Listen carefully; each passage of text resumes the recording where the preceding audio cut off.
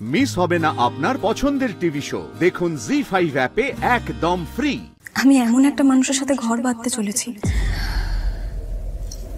যে শুধু তার নিজের কাজের প্রতি অনেস্ট তা নয়, নিজের ভালোবাসার প্রতিও অনেস্ট। হ্যাঁ, বাহ, ভালো হয়েছে, এখানটা খুব ভালো হয়েছে। ওই থামটা খালি কেন? ওইখানে লাগাবেন তো ভাই? হ্যাঁ, এইটা এইটা এইটা এগুলো লাগাবেন তো? আচ্ছা, বেশ ভালো হয়েছে, ভালো হয়েছে, সুন্দর হয়েছে। হ্যাঁ, এই তো পর্ণা বলছি যে এত বেলা হয়ে গেল, পুটি এখনো ফিরলো না। হ্যাঁ বাবা, পুটি আসলে একটু অভিষেকের সঙ্গে দেখা করতে গেছে, এই কাছে পিঠেই কোথাও ঘুরতে গেছে বোধহয়। আর বাবা, সে তো ভালো কথা, কিন্তু নাওয়া খাওয়াটা তো সময় মতন করতে হবে, বল না? একটু পরে বিকেল হতে না হতেই পিলপিল করে লোকজন ঢুকবে, তখন ওই তো পুটি এসে গেছে। এই পুটি শোন, এই যে এই মেয়েকে দেখে কেউ বলবে যে দুদিন পরে এর বিয়ে, এখন রোদে পুড়ে বাড়ি এলো। উফ দিদি, এইটুকু রোদে পড়লে কিচ্ছু হবে না, আমরা জার্নালিস্ট বলে কথা। এই পুটি, গেছিলিস ভালো কথা, কিন্তু এত দেরি হয়ে গেল। যাকে, সব ঠিক আছে তো? হ্যাঁ হ্যাঁ, সব ঠিকই আছে। কি আবার হবে? পুটির মুখটা কেমন যেন লাগছে। পুটি, বলছি যে নাওয়া খাওয়া সেরে একটু জিরিয়ে নে, আজ তোর বাড়িতে অনেক কাজ, তোরা কি কিছুই বুঝিস না? পর্ণা, আমি একটু ছাদে যাচ্ছি, খাওয়া দাওয়ার অ্যারেঞ্জমেন্টটা কি হচ্ছে? পুটি, তুই তাড়াতাড়ি স্নান সেরে নে, তোর স্নান করার পরে আমায় স্নান করতে হবে, তারপরে পুজো দিতে হবে। তুই কিন্তু লেট করিস না, তুই যদি না যাস তাহলে কিন্তু আমি চলে যাবো, তাড়াতাড়ি কর।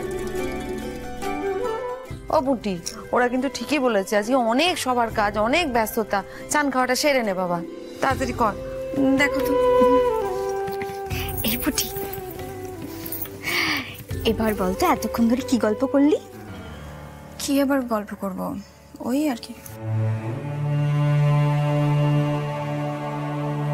মানে এতক্ষণ ধরে এমনি কথা বললি?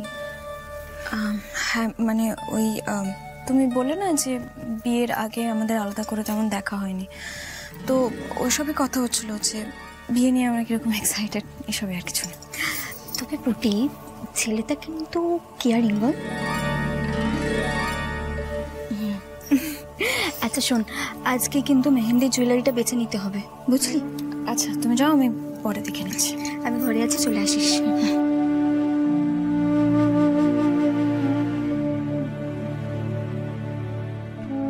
মোনালিসাকে কোনোদিন ভুলতে পারি? এর দিন যত এগিয়ে আসছে তত আমার মোনালিসার কথা বারবার করে মনে পড়ছে।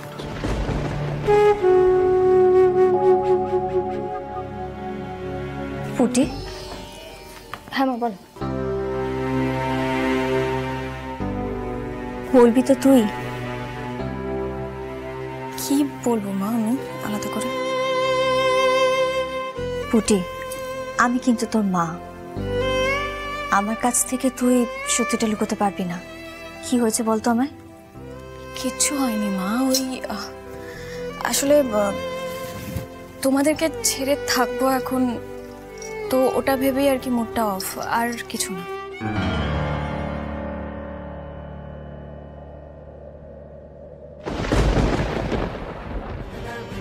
ছোট থেকে তো কখনো কিছু লুকোসনি আমার কাছ থেকে, আজকে কেন লুকোনোর চেষ্টা করছিস? হ্যাঁ,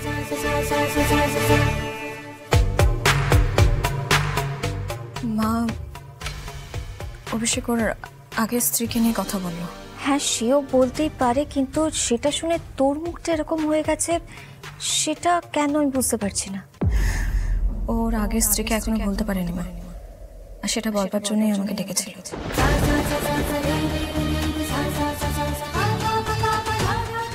মানে তাহলে কি ও এখন তোকে বিয়েটা?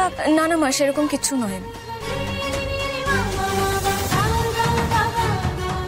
ও আমাকেই পছন্দ করে, আমাকে ভালোবাসে, আর আমার সাথে নতুন করে জীবনটা শুরু করতে চায়। কিন্তু মা,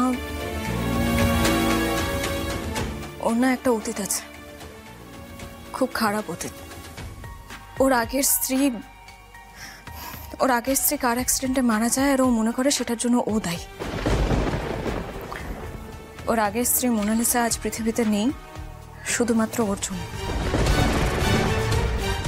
মা জানো তো, ও ওকে না বাইরে থেকে দেখে যতটা কঠিন মনে হয় ততটা কঠিন কিন্তু ও নয়, ততটাই নরম। ভেতর থেকে না ও প্রচন্ড নরম, অনেকটা দুর্বলও বলা চলে। বাইরে থেকে হাসি খুশি রাগে রাগে ভাব, অথচ ভেতর থেকে ভেতরে ওর যন্ত্রণায় ভর্তি। ওর আগের স্ত্রীর জন্য ও আজও ওর আগের স্ত্রীর জন্য নিজেকে দায়ী মনে করে, আজও অপরাধ বোধে ভোগে।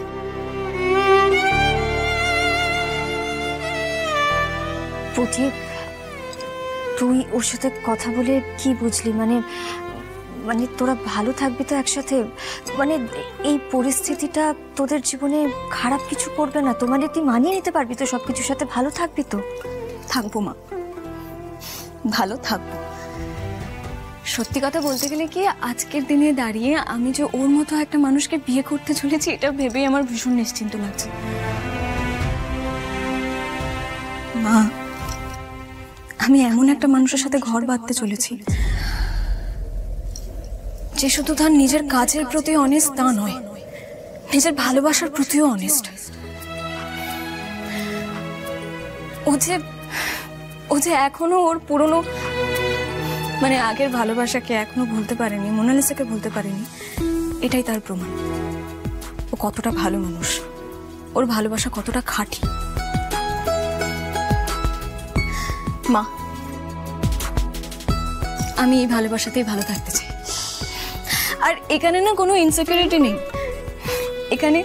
এখানে শান্তি আছে, ভরসা আছে।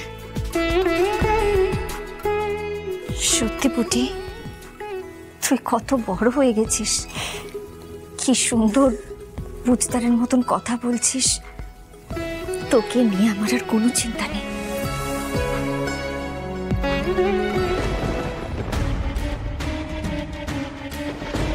হ্যাঁ বলুন মিনা ম্যাডাম। সব প্ল্যান রেডি তো? একদম। ওকে, এইবার তুমি একদম রিল্যাক্স থাকো। আর হ্যাঁ, প্ল্যান যে আছে সেই অনুযায়ী কাজ করো। কিডন্যাপটা তোমাকে করতে হবে, অ্যান্ড বাকিটা আমি দেখে নেব। ওকে মিনা ম্যাডাম।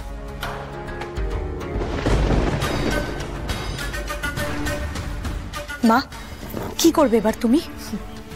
একটা ছোট্ট কাজ করব, বুঝলি? জাস্ট অভিষেককে সরিয়ে দিতে হবে।